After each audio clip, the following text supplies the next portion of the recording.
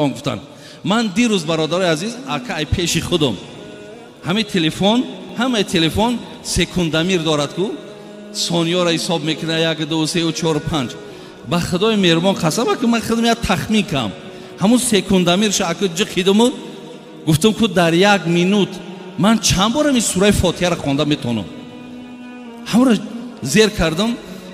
الحمدلله رب العالمین الرحمن الرحیم مالک یوم الدین ایاک نعبد و ایاک نستعین خب آمدم ولا زالین آمین خواندم باز خواندم در 1 دقیقه برادر عزیز 5 بار سوره فاتحه خواندم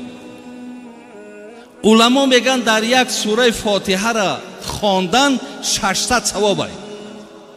تصور کن در 1 دقیقه 5 بار 3000 ثواب در 1 دقیقه ببینید چقدر ما اهمیت نمیدیم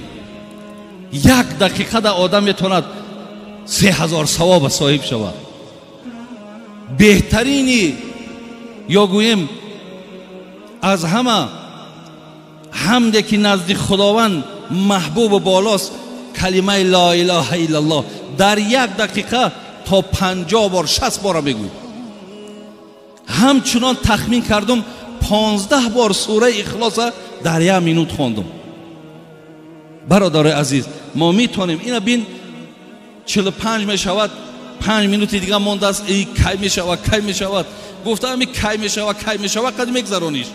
اگر هم 5 دقیقه ده تا اگر از امینا از ذکرها اگر بگذرانی بین چقدر ثواب دیگر در رمضان جمع میشود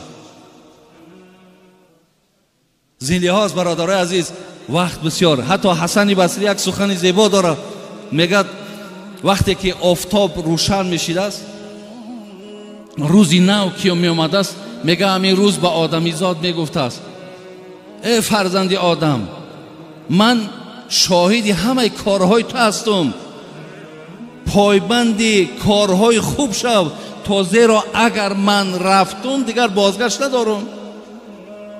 حقیقتا برادرای عزیز وقت کشتن وقت گذرانیدن